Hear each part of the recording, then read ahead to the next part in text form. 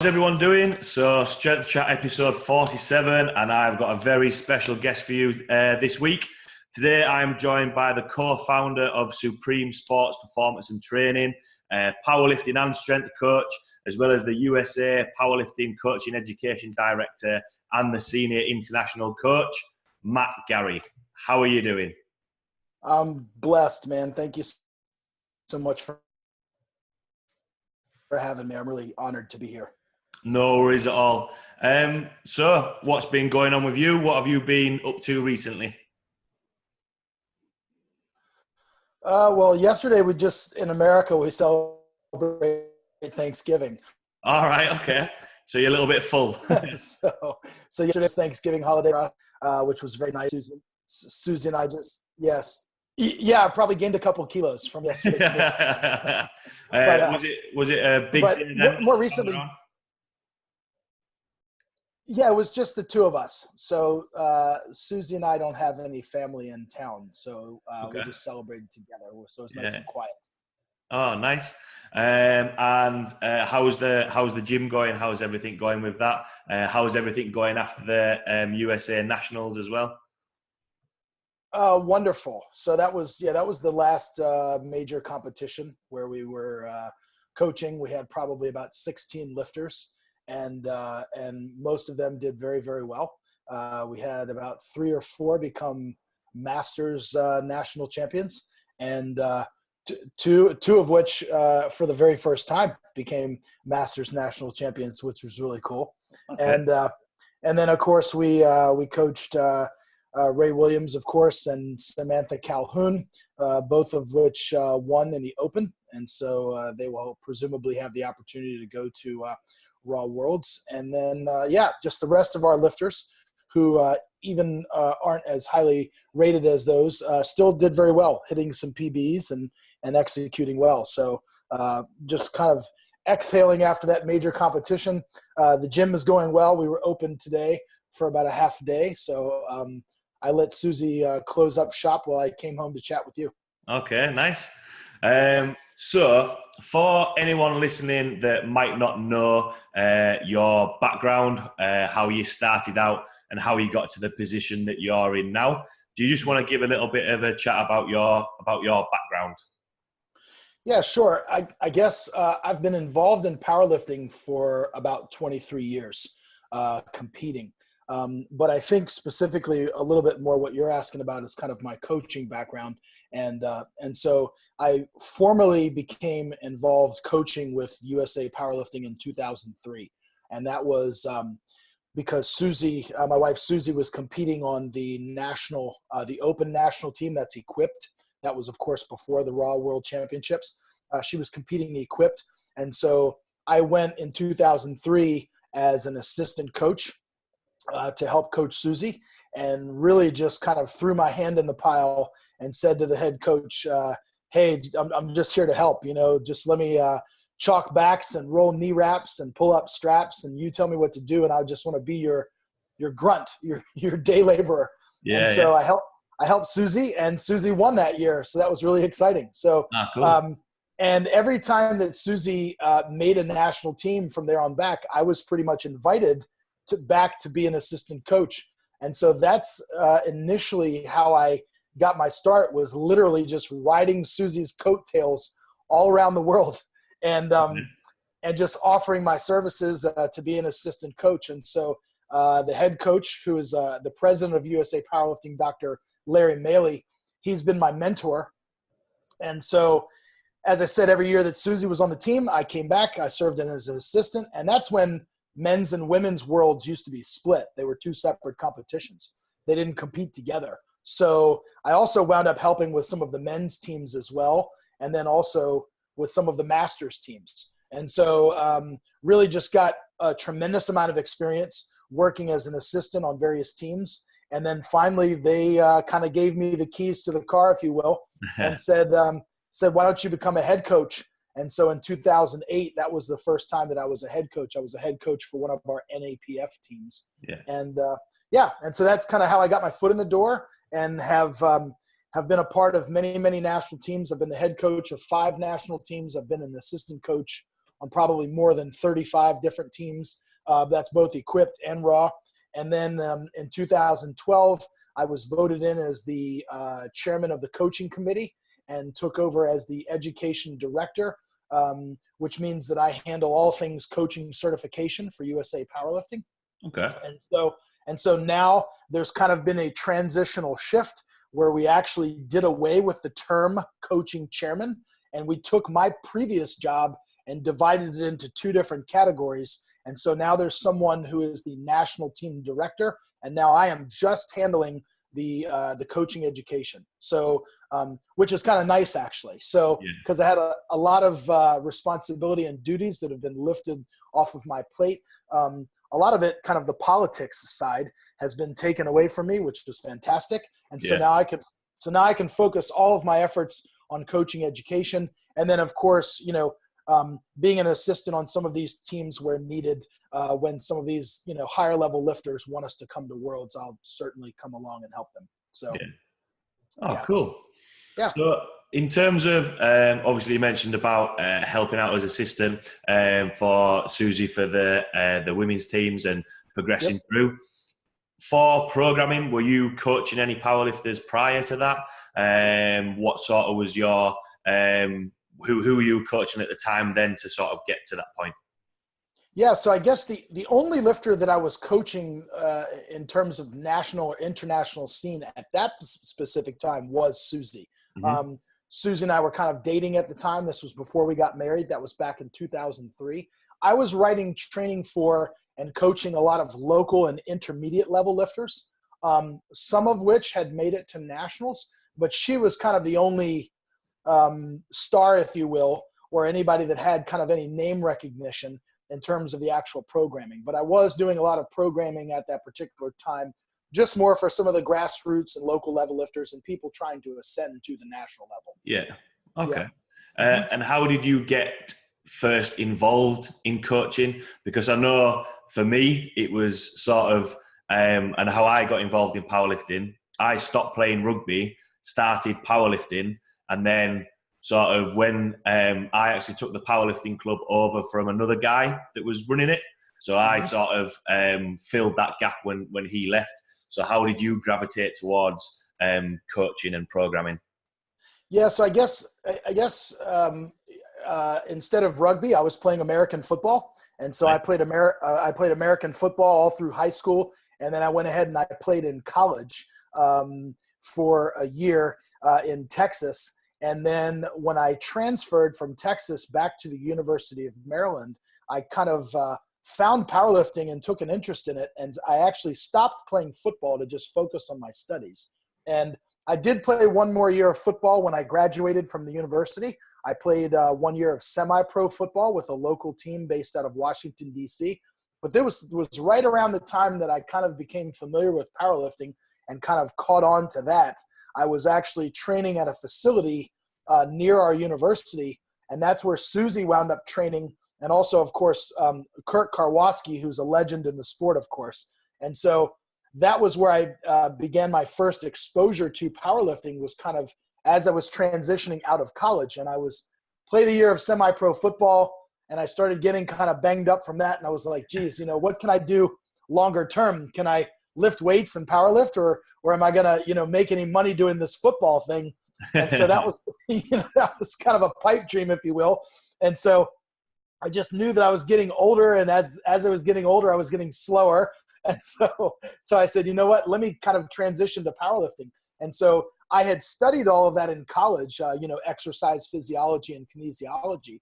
And so I became the strength and conditioning coach when I did graduate for a local high school. And so that was really a good opportunity for me, because that was probably the first time that I began programming for athletes. And then after that time, started getting more involved in the sport of powerlifting. I started, taking on more powerlifters and doing programming that way. Yeah. Oh, cool. Yeah, I'm glad when you said there about being beat up. Yeah, there's a lot of difference from doing a heavy squat than having having guys run into you, or you run into guys. Sometimes it's like, I'd rather take the squat rack sometimes. That's right. Exactly. Yeah. So obviously we chatted there about how you programming for athletes, programming for powerlifters, and having that background. Having looked on my strength book, and obviously you've got two programs on there, level 1 and level 2. Yep. I was quite curious about your take on programming. So what are your reasonings behind your programming? For example, on one of the sessions, you just have deadlift singles, Yep. like a cluster set. So what are your reasonings behind your programming? How do you set out your plan?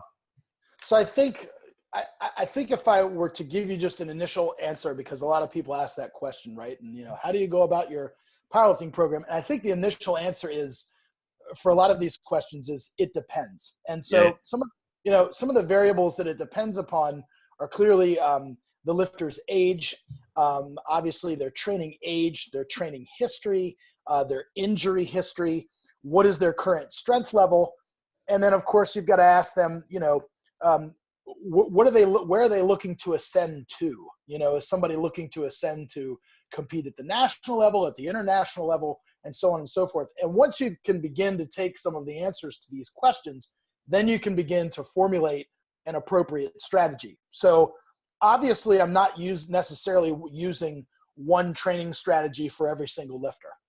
You're going to employ different training strategies. But to answer your question, or to kind of get at the meat and potatoes of your question, being that you've seen the templates on my strength book, I guess if I were to kind of sum up my training approach in maybe one sentence, is I would say that I primarily use percentages of 1RM with daily undulating periodization, and then we blend in RPEs for specifically usually the last sets and or the assistant movements. So now, with all that said, we can employ a different strategy, obviously, for different types of lifters. So then to take it a step further and kind of get into what you were asking about my strength book thing, in terms of just the deadlift singles. So that's kind of been one thing that I guess my training philosophy has been kind of popular for, is doing singles only in the deadlift as opposed to reps. Yeah. And so actually, for people that want a short version, they can go to my Instagram page. And I have an Instagram post from about a year ago where I posted this graph. And it's a graph that was taken from the text of Super Training. Okay. And what it talks about is, it talks about something called coupling time. And coupling time is a fancy term for ground contact time, or the length of the pause, or the length of the time that you spend on the ground. And so basically, in a nutshell, some scientists, some Russian scientists, did some studies where they wanted to measure the effect of a lengthened pause in the bench press. And so essentially, obviously in the squat and the bench press, you perform an eccentric before the concentric. So utilizing that stored elastic energy and utilizing that stretch reflex, you're able to produce a tremendous amount of force coming out of the bottom. Conversely, with the deadlift, the bar starts on the floor and it's concentric only. So you do not get to utilize, obviously, the stored elastic energy or the stretch reflex. And so what they found was, in this study, was that after about 4 seconds, so using the bench press as an example, when the bar remains on your chest, after about 4 seconds, all of that stored elastic energy utilized from the eccentric phase completely dissipates. So essentially, in the bench press, after 4 seconds, you are pressing from a dead stop. So I kind of rationalized, hey, look, let's transfer that to the deadlift and say, well, we're always starting from a dead stop. So in terms of specificity, you want to pull a single essentially every time. So there needs to be at least a 4-second break in between singles to completely eradicate or eliminate that use of stored elastic energy, momentum, stretch reflex, whatever terminology you want to use. And so that is the primary reason, because that's what the data say. The data say that there's absolutely, you're pulling from a dead stop after 4 seconds. So even if you do a repetition in the deadlift, let's say you put the bar down and you even let go of the bar, but you then reset and grab the bar in less than 4 seconds. You still have that stored elastic energy in your body, in your muscles, that is thereby going to contribute to the next repetition. Okay. So in terms of a specificity standpoint, I just rationalized, hey man, let's just do singles. You can't get any more specific than that. So what that allows us to do is it gives us a higher rate of skill acquisition because it gives us more practice. So if you do 2 sets of 5, let's say in the deadlift, and I do 10 sets of 1, the training volume is effectively the same, except that because I've gotten 10 singles to basically only your 2 first reps, I have 5 times the amount of practice and thereby 5 times the opportunity to master my skill, to master my routine, to master my setup process, etc. And so what I've found is that translates to greater skill acquisition and then greater strength development, greater accelerating strength, a reduced risk of injury because I'm not fighting that eccentric multiple times. I'm also not accruing the muscle soreness that one would accrue from doing high rep deadlifts, etc. So specifically with a lot of these lifts, I think what's really, really important, and not just the deadlift, but bench press and squat as well, is just this notion of skill acquisition, of getting better at the skill of squatting and the skill of bench pressing. And so that's why a lot of my programs and programming tends to follow that trend of higher frequency, higher volume, etc. And so I think that's in a nutshell. Yeah, I forgot that I was doing a podcast then. I was just kind of listening as a coach myself then. About the book Super Training. I'm impressed that you would have read that. I've tried to read it about 3 or 4 times, and it's tough. It's tough going trying to get through. But go on. Sorry. Oh, I was just going to say, it's not something that you're going to sit down and read from cover to cover in one sitting. I utilize it more as a reference text. And so I think a lot of these training texts are like that. They're so deep and so intricate. And frankly, sometimes you'll have to read a chapter 3 or 4 times just to absorb what's been said.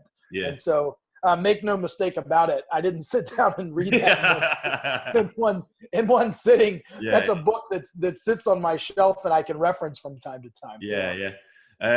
But no, that makes sense about the deadlift. When you mentioned about sort of skill acquisition, I think powerlifting is one of them sports that, unlike rugby or American football, you've got to do the lifts, you've got to do the competition lifts to get better at them. That makes sense because, for example, today, it was my deadlift session today. After so many reps, you do feel like form's going. You do feel as though, you're not getting that speed off the floor.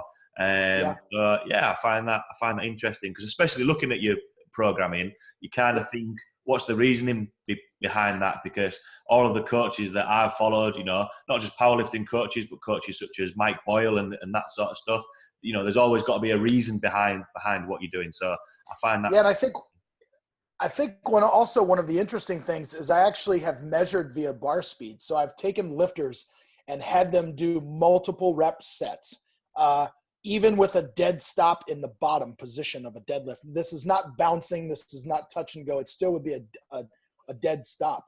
And I've had lifters say, for example, do 80% for, let's say, a set of 5, which is presumably something that, any of us could do with not much of a problem. And so what happens is when you track the bar speed, the first repetition will invariably be the slowest because you're breaking the weight from the floor. And there's also a part of you that knows in the back of your mind, I better pace myself a little bit because I have to do 5 of these. And so what we do is we measure the bar speed of lifters who do multiple rep sets, and their graph would actually look like a bell-shaped curve where their first repetition would be the slowest, and then the second and the third would get a little faster, again, from using that stored elastic energy, their body acclimating to the lift, if you will. And then things start to trail off towards the end of the set as fatigue sets in. Whereas if we take somebody who does 80% for 5 singles, let's say, that initial speed is much higher. And that's because they walk in with the mindset of, I only have to do one repetition. Mm-hmm. So I'm literally going to put my foot on the gas. I am going to attack this much like I'm going to do a comp attempt, and then set the bar back down, walk away, take, 20, 30, maybe even 45 seconds, reset, walk up and approach it again. And so the speeds will trend higher. The force production is higher, et cetera. And again, by doing the singles, we don't accrue that muscle soreness because of the repeated eccentric. And so it also helps to reduce the risk of injury because we're never pulling a rep in a really fatigued state. So because we have more first reps and essentially everything we're doing is a first rep, the workouts are more intense and a little bit more difficult in real time. But they're easier over the long haul because they're a little bit easier to recover from because of the fact that there's not that muscle damage. Okay. So still staying on that point, I don't know whether it's going off on a little bit of tangent, but just chatting about the measuring the bar velocity. I've tried that. I've played around with that myself. Admittedly, it was just an app on my phone, which wasn't the best thing in the world. Mm-hmm. But how often do you use that in your coaching? Because again, you'll use it. I've used the RPE system and reps in reserve or whatever people find to see how their set was. Right. Would that dictate how that set is going and be like, okay, so now we're going to drop the weight down because the speed's going down? How would you go about using that? Yeah, so I think for the lifters that I work with that do have a tool or a unit to measure bar speed, that is something that we definitely use. And so I think with more novice and early intermediate lifters, they need more structure, and they need a blueprint to follow, and they need to kind of stay within those boundaries or within those guidelines. And so when you begin to let the rope out a little bit more is with the intermediate and advanced level lifters, where I may say, look, I want you to work up to 80% in the deadlift or 85%. And I might give them a range. And I might say, I want you to get somewhere between 6 and 12 reps. I don't really care how many it is, but I want you to use the bar speed and your own RPE as a guide. And so by using the bar speed analysis, and obviously video as well, you can begin to see when things start to trail off. And we can all have a bad set from time to time. So, if you have one set that's slower than the one before, I mean, you could have gotten distracted. There could have been any number of reasons you didn't set up properly, what have you. That's not that big a deal. But when you start to see 2 and 3 consecutive reps where the bar speed starts to trail off, then that becomes a trend. And so that's something that you want to pay attention to. And it might just be fatigue. And so if the lifter doesn't feel like they've gotten enough volume in, I'll just say, hey, do a 5 to 10% reduction and get some more singles in. And if they feel like they've got enough, then they can just call it there. And if the speeds tend to be trending higher or they're maintaining speeds, again, kind of giving them the liberty to operate within a framework of possibly even adding a little bit more weight and doing a couple extra singles. And so I think, athlete intuition is really, really important, particularly when you're working with a higher rated level lifter. You have to take what they say and what they understand in real time, especially when you're coaching them from afar. You have to really weigh that quite heavily because only they truly know what they're feeling. We only know what we're observing. And so I think there's this, there needs to be a healthy communication back and forth. And so that's kind of the structure and the framework within which I try to operate. Yeah. Interesting. For the powerlifting club that I run, it's mainly beginners, and there's a few intermediates. There's a few guys that are probably a little bit, pushing on a little bit more. And it's interesting that when you mentioned there about the videos, I try and encourage people to record their videos because, like I say, the app on my phone for the bar path is, there's only me that can use it. Yep. But they look at it, that was a really hard set. Whereas actually, you look back on the video and it moved really well. And as well, a couple of guys competed. I think it was this weekend actually. and how they chat a little bit more about, oh, how are they feeling. I don't think I've prepped well for this session. So yeah, it's interesting. Glad to know that I'm not going too far wrong as well on my own coaching side of things, which is good from what you've said there. No, yeah, for sure. And I think clearly there's more than one way to skin a cat, right? I mean, if there was only one way to get strong, then we'd all be doing the same thing. Yeah. So I think it's important to realize that at least within the context that all of us operate, we're very blessed and very fortunate to live in the first world. And what I mean by that is for those of us who are auto-regulating our training, or you're programming for someone and then asking someone to give you feedback, if you're not coaching them in real time, face-to-face, in person, everybody has at least two things that they can draw upon. They have their own RPE, obviously. How did that set feel? And then they can use the phone or the camera phone to give them the video feedback. Even if you're training in a basement or a dungeon or a garage somewhere all by yourself, you at least have those two data points. And then if you're training with somebody in real time, if you're working with a lifter at your club, then you actually, as the coach, are a third data point for them, because you can then give them real-time feedback, which is credible and valid because you've seen their lifts. And that's a third data point. And then, of course, if you have something like the bar speed analyzer or analysis, that's a fourth data point. But I think we all have at least two to make, an educated and informed decision as to, whether to turn left or turn right. Yeah. So, yeah. I think, the main emphasis after the chatting to yourself and other powerlifting coaches and other guests that I've chatted to, you've got to be tracking. You've got to have some focus point of, right, well, where am I?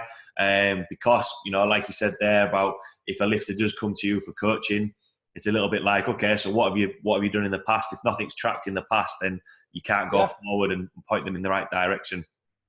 Having a training log is critical. That's crucial. You have to keep a log of what you've done.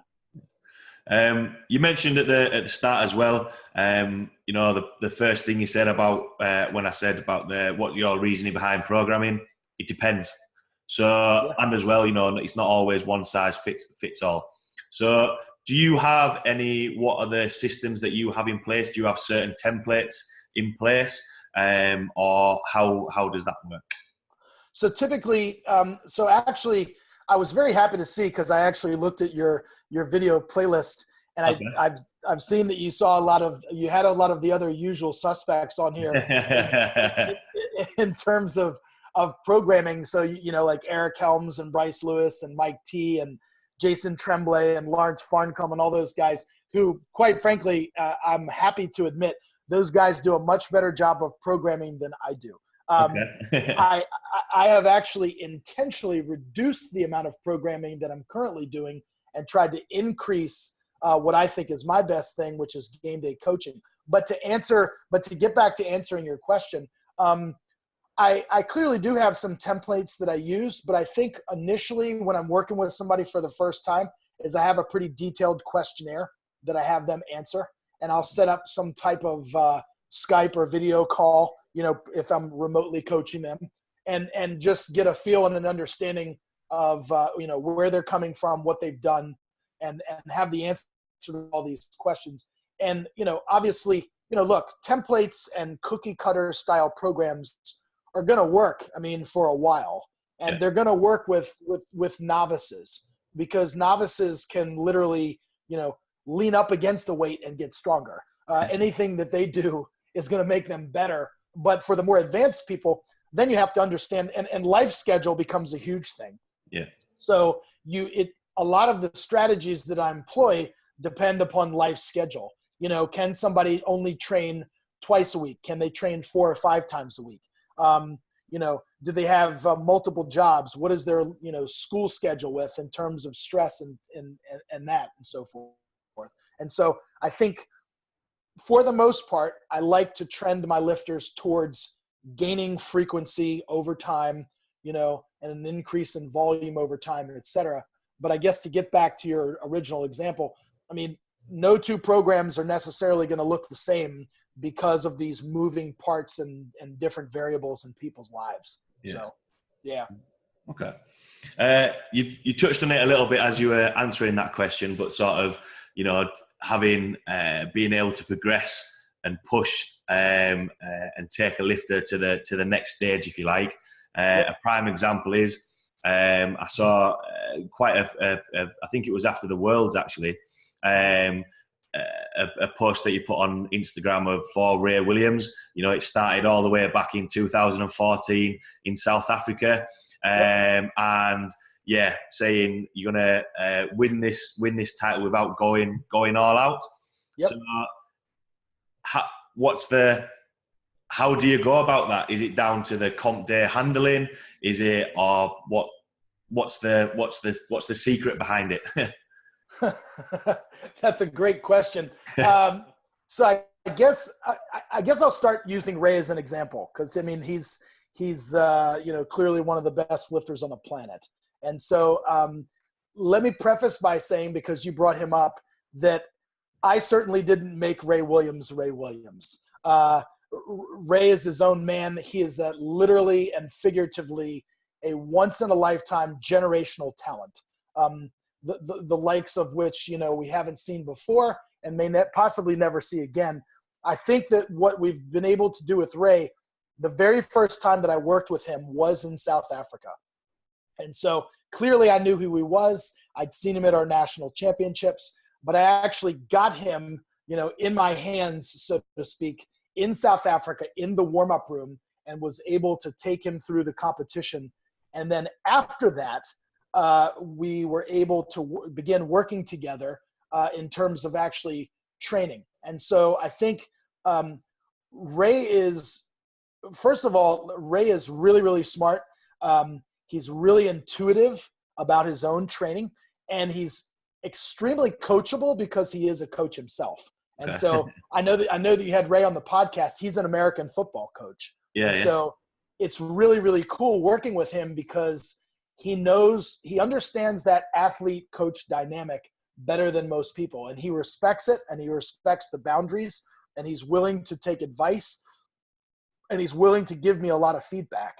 So it's very, very healthy in that way. So I guess originally when I started working with him, it was just on game day.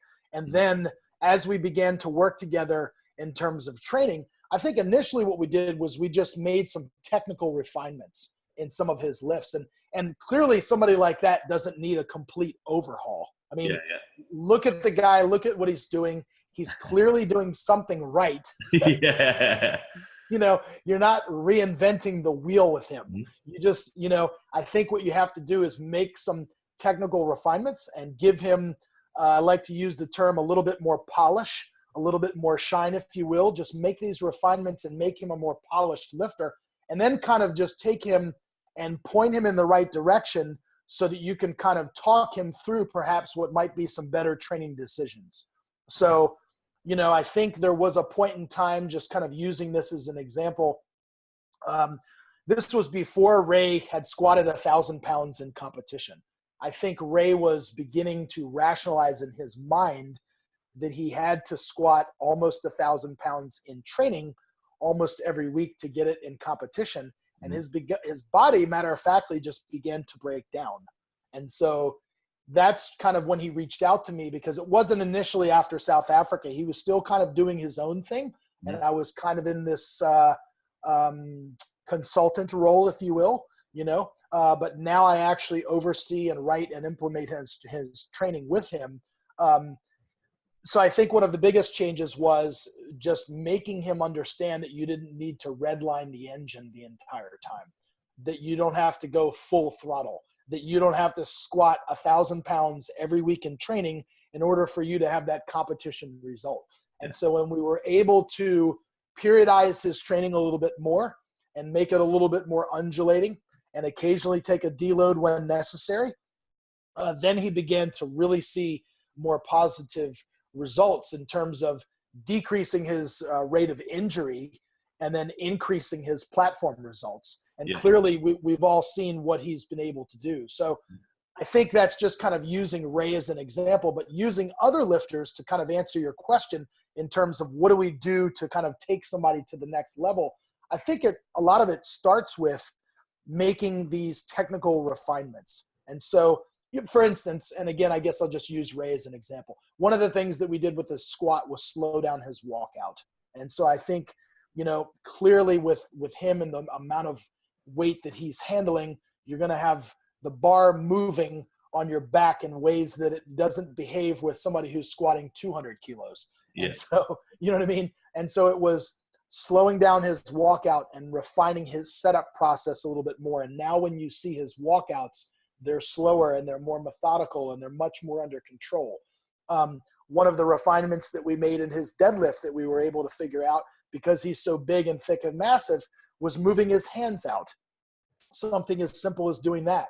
And that was able to put him in a better start position so that, and then, if you're in a better start position, presumably you're going to be in a better finish position. And so being able to move his hands out was huge because it enabled his body to no longer be in the way at lockout. And so again, just kind of using him as an example, technical refinements in terms of not necessarily making a complete overhaul, because when you have somebody who's an intermediate, clearly they're looking to take that next step. And so that next step oftentimes involves making a refinement or two in terms of technique. And occasionally there might be a training overhaul in terms of employing a different strategy, because if they've become stagnant or they're spinning their wheels, then maybe you might have to overhaul a part of their training to kind of get them to ascend to the next level. But I think most of it starts with technical refinements and there. I think what ultimately separates the elite lifters, like a Ray Williams, from just the really good is mindset. Yeah. And it's, because you get to a certain level where all of the elite lifters clearly have a genetic predisposition and an advantage. I mean, that's the way it is in any sport, right? The cream of the crop are going to have the genetic predisposition towards excelling in that particular sport. But I think what separates the elite from the pretty good is mindset. And so he's extraordinarily tough mentally. And so I think also what comes along with those technical refinements is a lot of mental coaching. And so I think, as you know, working with a lot of different athletes, you become almost a therapist and like a psychologist. And so you have to really shift your lifters' thinking in terms of having faith and belief in their consistency and their preparation. And one of the big things for us is becoming process oriented rather than results or outcome driven. And so we have people have a steadfast focus on their process, and when they can become focused on the steps that they need to take to execute better, then the result will ultimately begin to take care of itself. Yeah, I think that's a great point. And when you mentioned there about, as a coach, I think that title, if you like, should have loads of subcategories of, a shoulder to cry on, someone there to cheer you up if you've had a bad day, point you in the right direction. That's right. Yeah, there's a lot more that goes into it. When you mentioned there, obviously for someone like Ray Williams, who's at the very top of the game, it is pointing them in the right direction, and it's a few technical cues, like you said. For someone who has maybe had a couple of powerlifting competitions under their belt, maybe qualifying for nationals, and want to climb up the ranking ladder. Obviously, you said about not throwing everything out of the window, if you like, but how many steps back would you make someone take to then take maybe 5 or 6 steps forward to progress forward? Is it one thing at a time, or would you try and what's the process for someone looking to go from sort of middle of the pack, if you like, to then nudge up a little bit? Yeah, so it's hard for me to sit here and kind of give you a knee-jerk response in terms of how many steps back, because I think everybody is their own unique situation. But I think we can begin to look at kind of some of the habits that you need to develop to become a successful lifter. So I think some of the immediate low-hanging fruit is obviously you've got a consistency and effort, right? I mean, that's got to be the foundation and the bedrock of of everything that you're doing, So you have to ask these lifters, are you training consistently? Are you putting in enough effort? And so when you can check those boxes, then you can kind of go down the list and look at a different thing. And so I think what I talked about just a moment ago was becoming process-oriented rather than outcome-driven. And so we all need to have a devotion and a steadfast commitment to our process. And what I mean by process is your pre-lift ritual and your routine, and your process of training and your commitment to practicing like you play and doing the same thing every time. And what you'll find out with a lot of these intermediate lifters is they're changing too many variables at once. So to answer another one of your questions, I like to kind of focus on one thing at a time, because if we change 5 things all at once and they get better, well, I don't know which one of those worked, and which one of them we need not focus on. But when you focus on only one thing at a time, and that doesn't work, okay, well, we toss that aside and now let's try something else. Yes. So I think it really is important for the lifters to become process-minded and to create these repeatable rituals and routines that they can have so that they become literally almost robotic when they're doing these lifts. And so that every single time the lift needs to look identical. The only difference in theory should be the bar speed, but you don't walk up to a third attempt and lose your mind just because we put a PB on the bar. Yes, you want to use that competitive fire. Yes, you want to use that adrenaline. And I'm not saying not to do that, but you had Screamer Manual on your show. He's a lunatic, but he's a lunatic all the time. So, you know what I mean? So he has a ritual and a routine where he gets very emotionally invested in every lift, and that's great. That works for him. The key is not changing that routine. It's being the same way. And so another thing that I think you have to look at is injuries and health. And so I think, I often say that a lifter's greatest ability is availability. And so they have to be available. And so if they're in this pattern of continuing to get hurt or having these nagging things, well, then we need to look at what might be causing these nagging injuries so that we can correct those things, whether it be a form issue, whether it be an overuse issue, whether it be that their frequency is too high, they're not recovering enough, maybe they're not sleeping enough, et cetera. And then in terms of becoming a better competitor, more novices and some intermediates, frankly, just need to compete more often. So the only way to become a better competitor is to actually compete. So because competing is a skill. So you can do all the training that you want, but it's not going to be like game day until you get to game day. So, and then I think once you get to game day in terms of that, I like to use the analogy that there's 3 things that really matter on game day. That's your attitude, your attempt selection, and your execution. And so again, all of that needs to become ritualistic and process-oriented so that you do the same thing, essentially all the time, that you approach the lifts the same way, and being able to, we talk about it all the time in terms of your attitude. Your mind is like a box, and you have a choice of how you want to fill that box. You can fill it with positive stuff or you can fill it with negative crap. And so that's your choice. And there's a lot of power in having choice. And so we intentionally encourage our lifters to focus on what they can control. And I think a lot of intermediate level lifters that you speak of focus on external things and things that are completely irrelevant and unnecessary towards the task at hand. And so when you can block those things out, like social media, like other people's expectations, and focus on the things that are within your control, namely your mindset, your execution, your attempt selection, your form, your technique, your recovery, all of these things you are able to control. And yes. So when you can focus on those things, then I think you start to see some positive results and you can trend and ascend to that next level. Yeah, again, I completely buy into everything that you've said there, really, especially with I think for myself, coming from, playing rugby, I did the same thing before every game without even realising it. And that sort of spilt over into when I now do powerlifting. And I try and instill that into the lifters that come in. And like you say, try and make it as robotic as you can. You know, a car engine, everything works together to get that car going. Right? Let's think. You do the exact same setup. And one thing that I have found is exactly like what you said, mindset. Next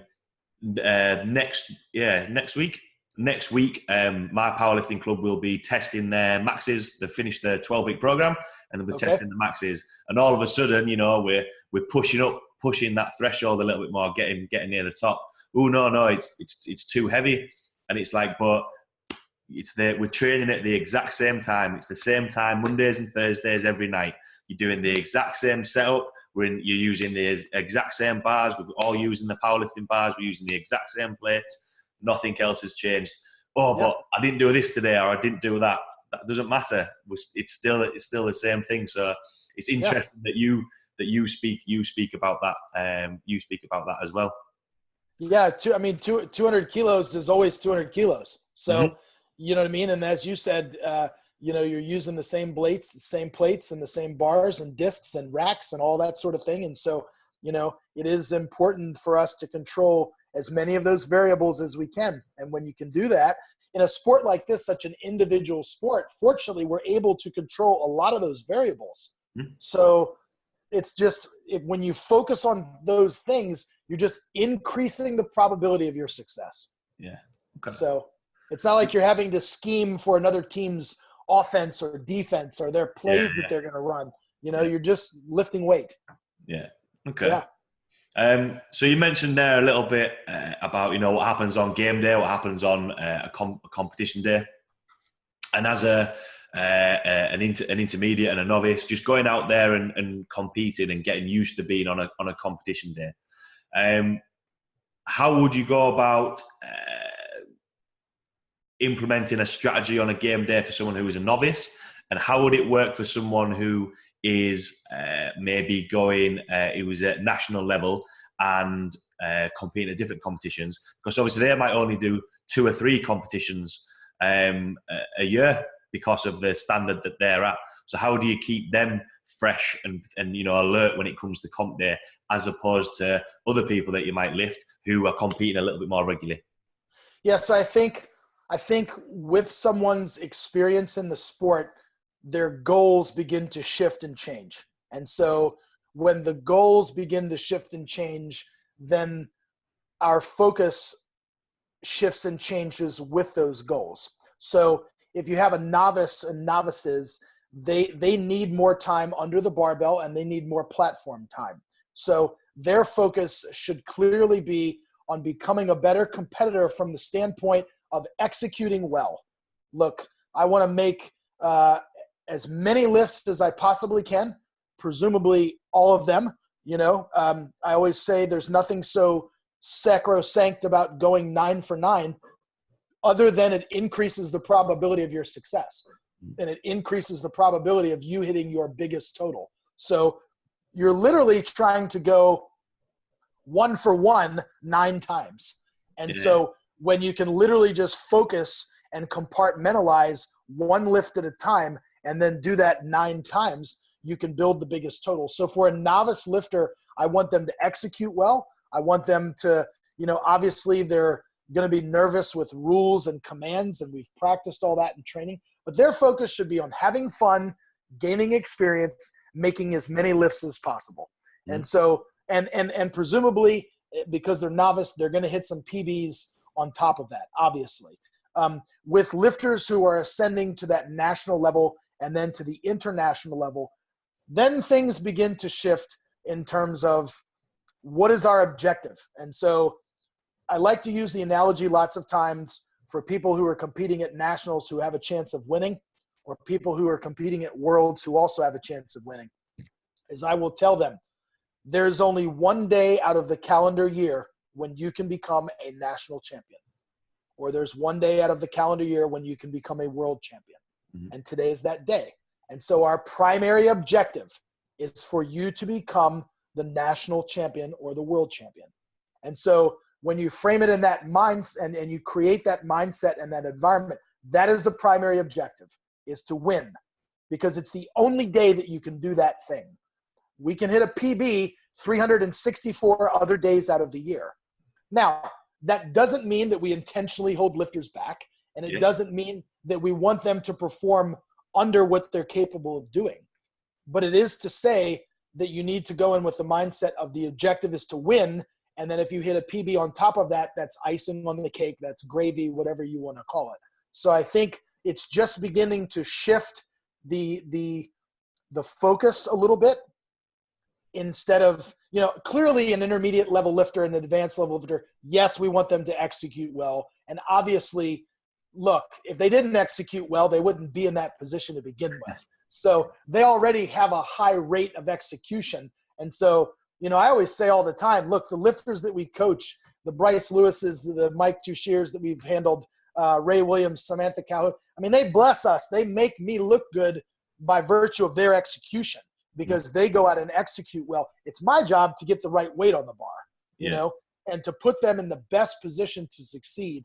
But I think to answer your question, it's just as someone ascends, then their goals begin to shift. And look, at the end of the day, we're all trying to hit a PB.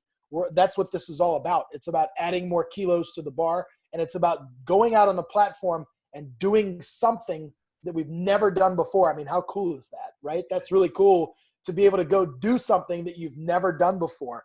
But I think when you get to that level, whether it's nationals or clearly the world championships, then you have to understand that the objective is to win. And if we hit a PB on top of that, that's gravy. But at the end of the day, we're going to take the absolute lowest number required to improve your placing or to secure that title, etc.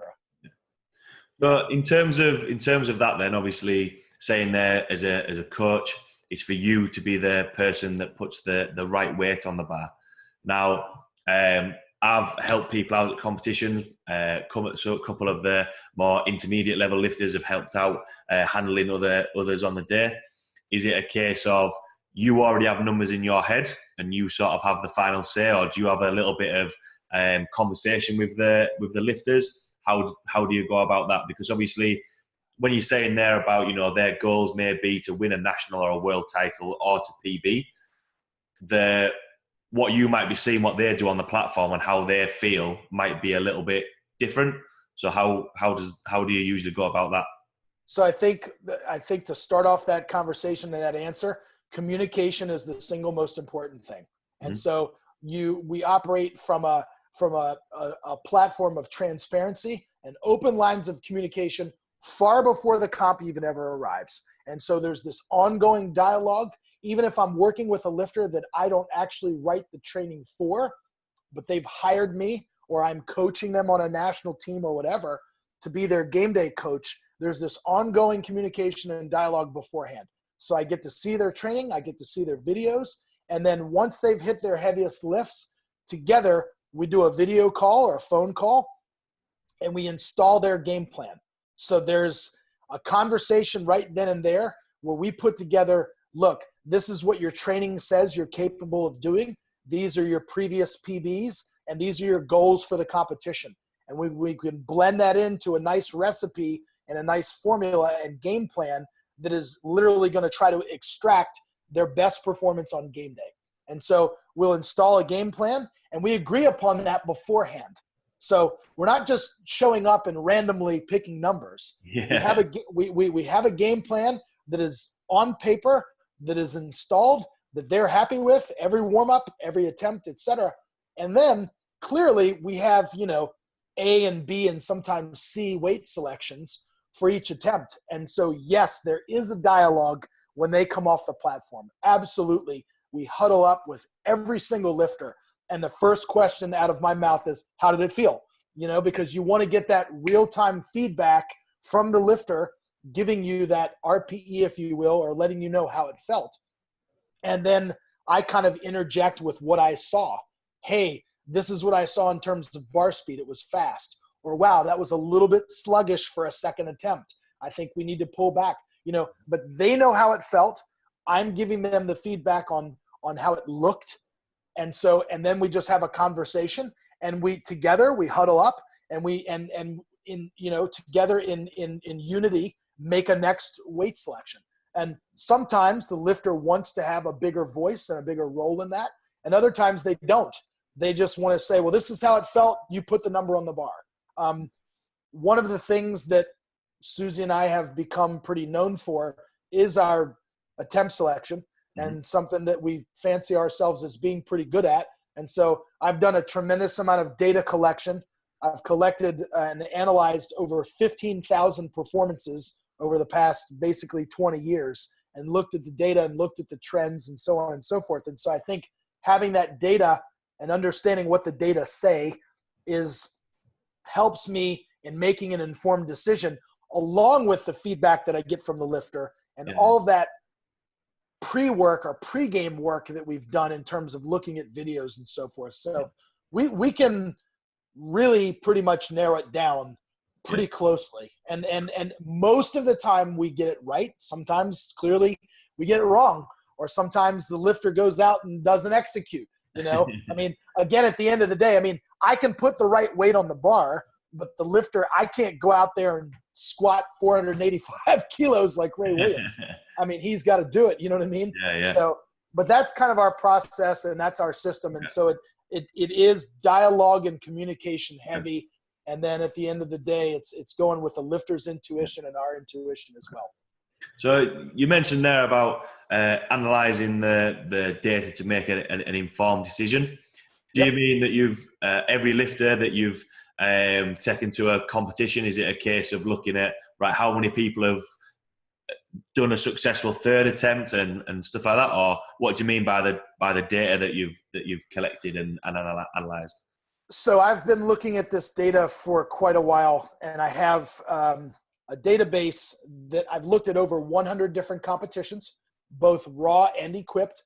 I've looked at all different levels of competition, from local all the way up to the World Games.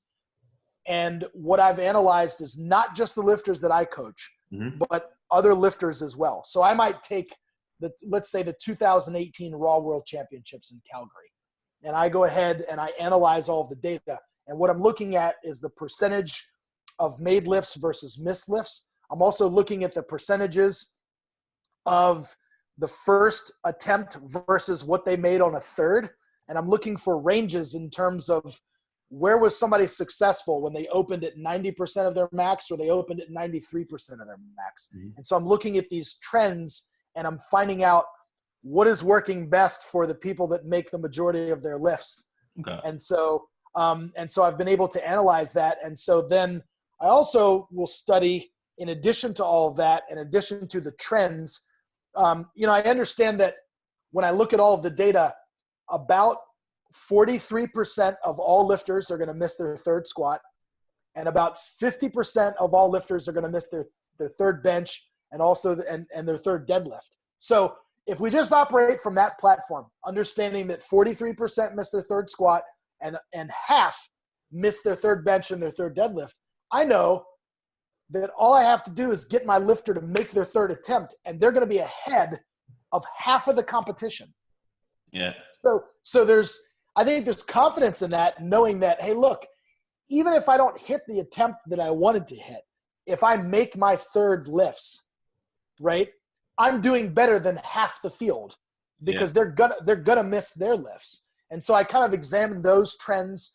And then obviously with the individuals that I look at, I'm studying them extra hard, and I'm looking where they have a tendency to fail and so on and so forth. And when I'm looking at strategy to implement against other coaches, against other countries, I'm studying very intently what are their progressions like.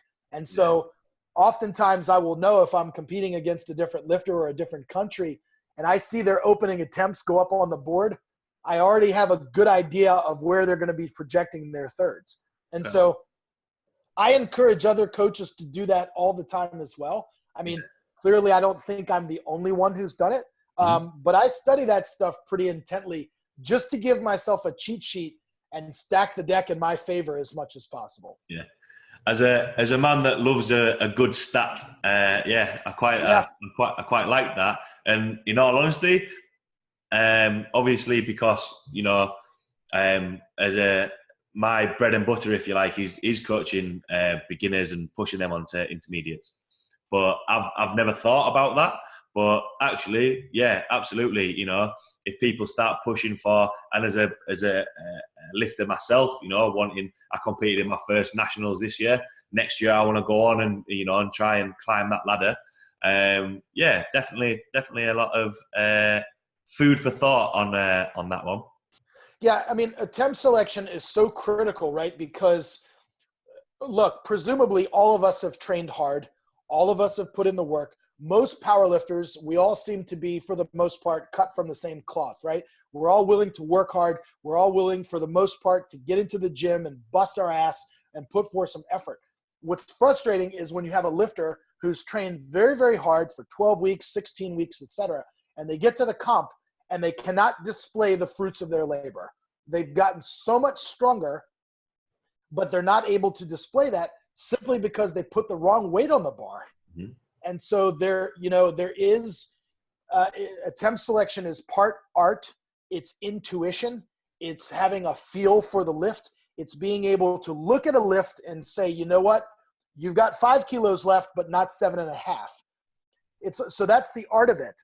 The science of it is using the data that I've collected and using those trends and studying those percentages and the actual math and the science of it, if you will, and blending the art and the science together, and then utilizing that to create a good plan. Yeah. And so at the end of the day, I use those things to try to stack the deck in my favor, but the best way to get good at attempt selection is to actually do it and to just continue to look at thousands and thousands of lifts over time and just understand, to be able to pinpoint, you know, like I said, that lifter's got 10, but not 12.5.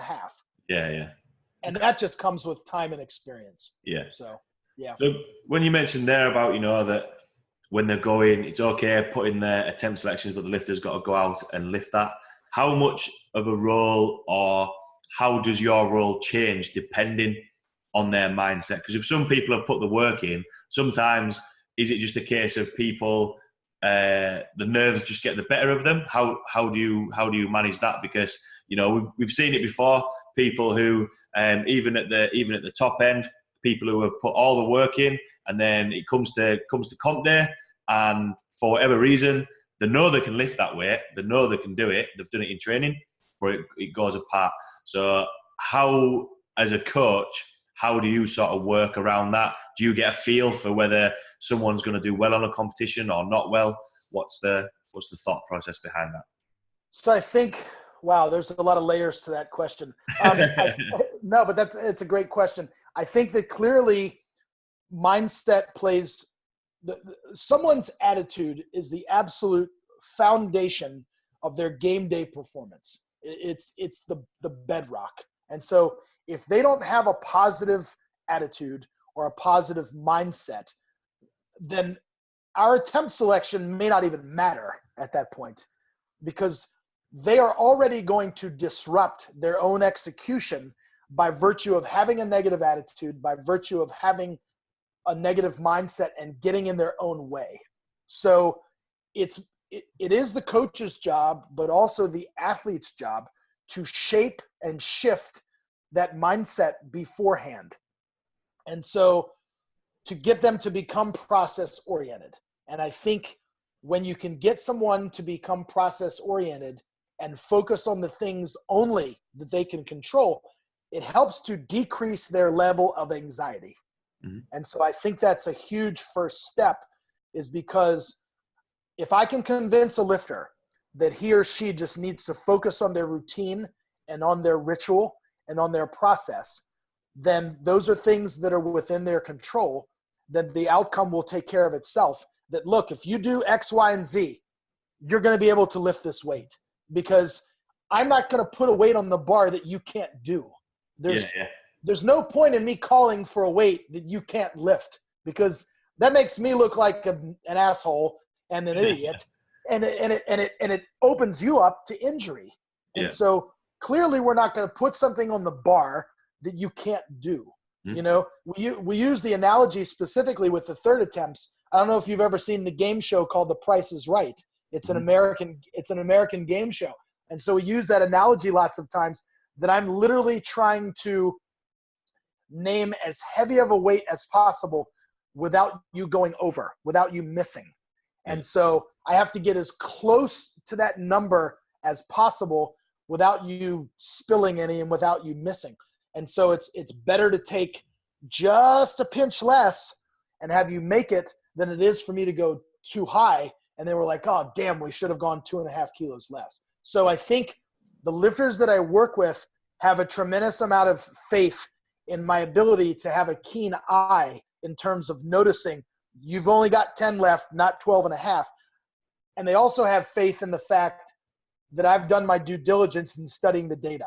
And so they have faith in me, then I have to instill that faith in them and instill that, push it back to them as well and say, look, you just have to focus on your process and your execution.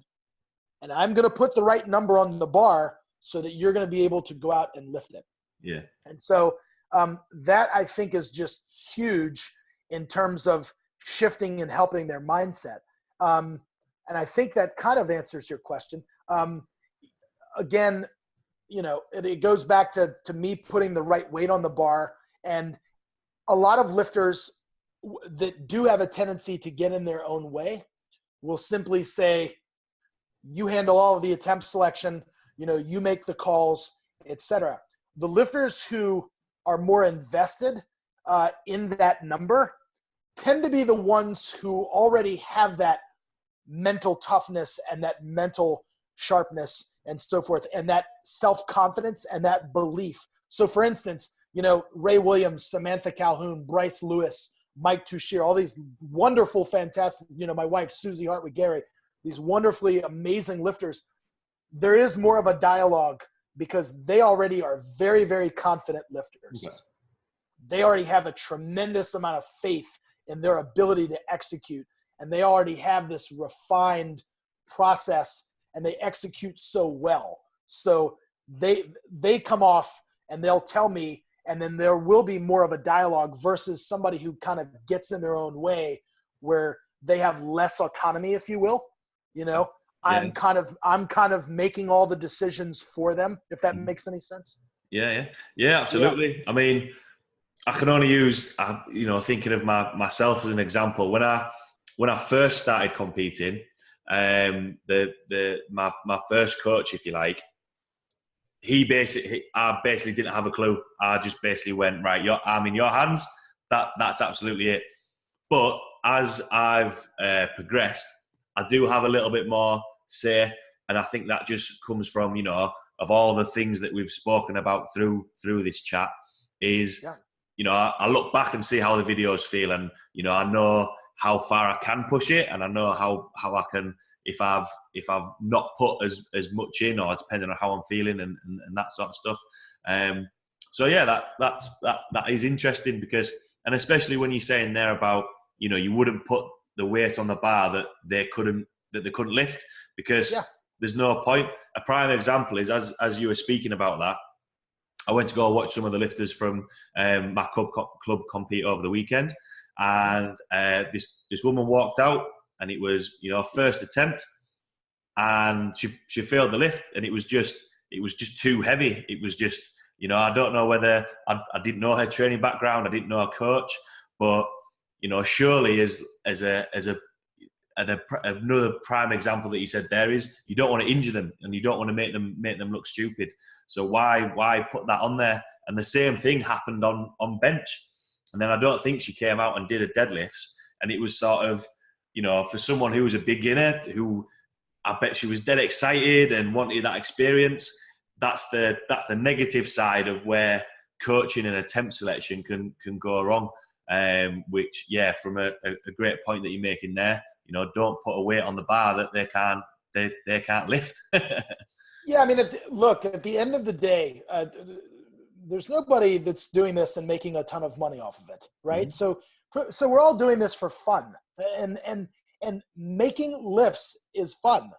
Yeah, missing lifts sucks, mm-hmm. And so with a novice, you clearly want them to have a very high rate of success so that they will be encouraged to come back and do this again. Yeah. And so if you have somebody that goes out there and fails their first lift or a lot of their lifts, they're going to be discouraged and not have fun. And that's going to be a lousy experience for them. Now, that doesn't mean that you put something on the bar that they can do for a set of 10. I mean, that's ridiculous. You want to challenge them, but I think that also goes back to it's important for the coach to have this communication, this dialogue beforehand. So if you are working with a lifter that you don't write the training for, that you don't see on a regular basis, you've got to get your eyes on some video to see how do they grind, how do they struggle and strain, where they typically get stuck during a lift, et cetera, et cetera. And so you have that context beforehand so that you can make some informed decisions. If I just showed up on game day and was handling a lifter that I'd never worked with before, I suppose the first question out of my mouth in terms of determining an opener is I'd probably ask them, what's your best triple? Like that's usually a good place to begin, is what's a weight that you can triple to competition standard on your worst day.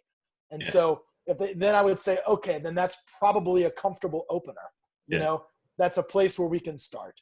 But yeah, you want your lifters, obviously, and even if it's a lifter you're not coaching, you go to a competition and you kind of cringe when you see that. You're just like, oh man. Yeah.